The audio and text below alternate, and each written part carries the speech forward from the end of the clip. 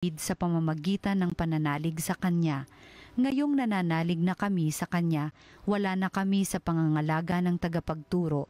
Dahil sa inyong pananalig kay Kristo Jesus, kayong lahat ay anak ng Diyos, sapagkat ang lahat ng nabinyagan kay Kristo ay pinananahanan ni Kristo. Wala nang pagkakaiba ang Hudyo at ang Griyego, ang alipin at ang malaya, ang lalaki at ang babae. Kayong lahat ay iisa dahil sa inyong pakikipag-isa kay Kristo Jesus. At kung kayo'y kay Kristo, kabilang kayo sa lahi ni Abraham at tagapagmana ng mga ipinangako ng Diyos. Ang salita ng Diyos.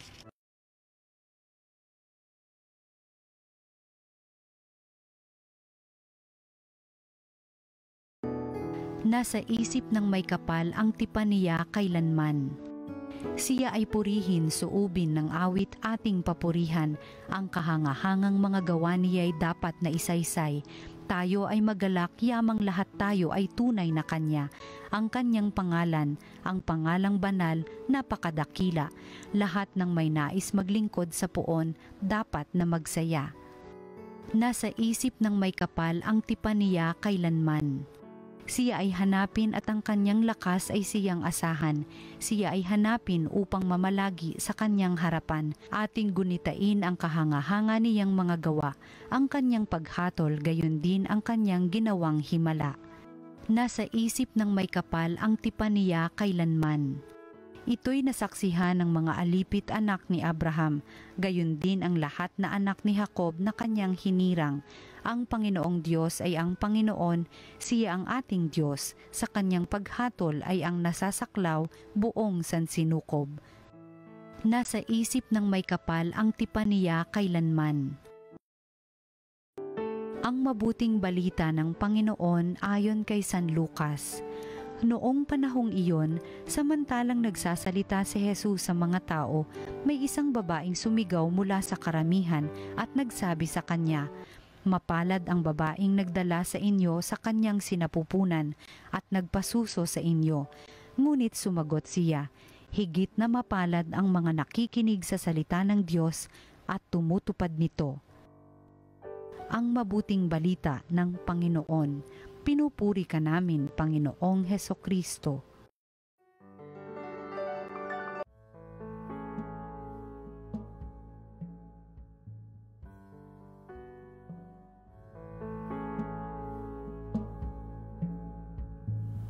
Isang pinagpalang Sabado po sa ating lahat. Weekend na naman, pahinga na naman po ang marami sa atin. Pero syempre, ang pinakamaganda, tayong lahat ay mayroong kapahingahan sa Diyos na ang kanyang biyaya, ang kanyang pagpapala, ang kanyang salita, ang ating pong paraan para tayo magkaroon ng kapahingahan sa ating buhay. Ngayon pong linggong ito, ika-27 linggo sa karaniwang panahon. Itong Sabado pong ito ating pong narinig kung paano po ang Panginoon ay nasabihan, mapalad ang iyong nanay, no? Yung iyong nanay na nagpasuso sa iyo, no?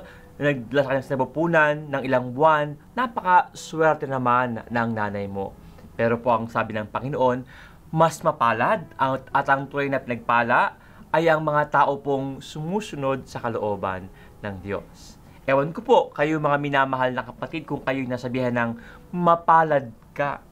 Mayroon akong kakilala, ang sabi sa kanya tuwang-tuwa daw siya ng marinig niyang nagsabi sa kanyang mapalad ka. Yun pala, ang kanya rinig ay malapad ka.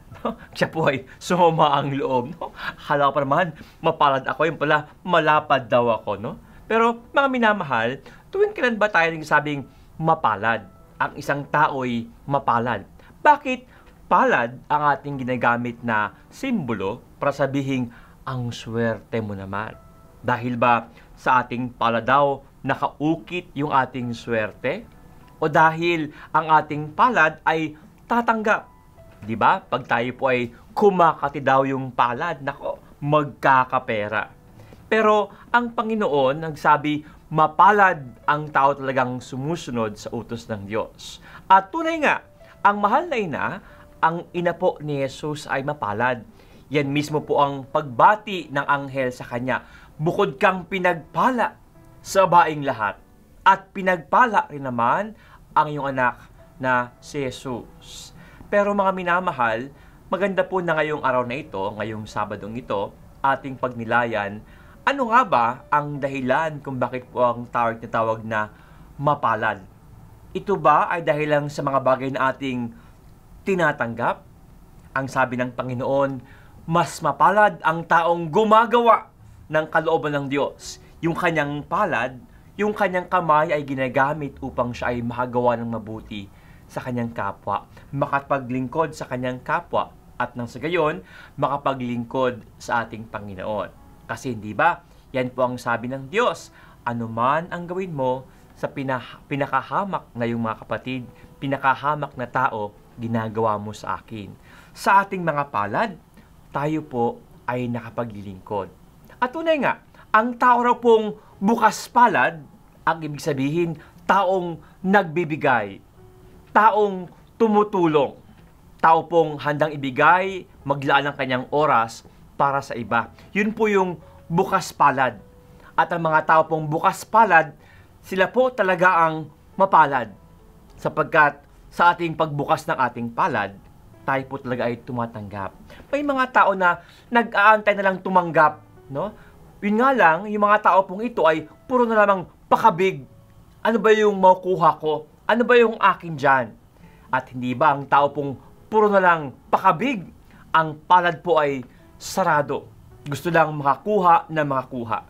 Kaya anumang hangad ng Diyos na pagpalain, i-bless ang taong ito, wala siyang matanggap. Kasi po, ang taong ito ay kabig ng kabig. Tikom ang palad. Sa kabilang banda, ang tao pong tumutulong, nag-aalay ng kanyang sarili, nagbibigay sa kanyang kapwa, bukas palad. At tunay nga, mapalad ka. Mga minamahal na kapatid, ngayon pong araw na ito, maganda po na tayong lahat ay mapaalahanan. Hindi lang po sa ating pagtanggap, tayo po ay unang-unang pinagpapala. Ang dahilan po tayo po ay nagiging mapalad ay dahil po tayo po ay sumusunod sa kalooban ng Diyos, gumagawa ng mabuti sa ating kapwa, tumutulong sa nangangailangan.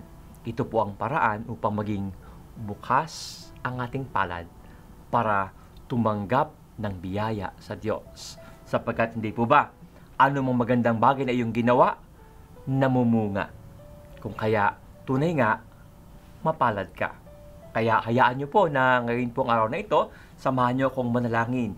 Ipagpapray at i-bless ko po kayo na tunay nga tayong lahat ay maging bukas palad, magbigay at tumulong sa iba, nang sa gayon matawag ding mapalad.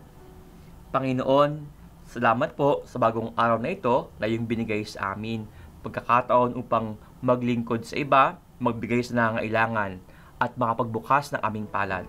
Nang sa gayon tunay nga, kami iyong pagpalain. Panginoon, tiyo pong tulungan na ang aming mga puso ay mabuksan para po kami palaging handang tumulong. Sapagkat ang sabi mo sa amin, ang taong laging tumutulong ay tutulungan din ng Diyos. At nawa Panginoon, ang aming mga pusong nagbibigay sa iba ay patuloy nga pong makatanggap ang iyong biyaya. Itong lahat ay aming dalangin sa iyong ngalan, Panginoong nababuhay at naghahari, magpa sa walang hanggan. Amen. At nawa pagpalain kayong lahat na makapangyarihang Diyos, Ama, Anak at Espiritu Santo. Amen. Isang pinagpalang Sabado po sa ating lahat.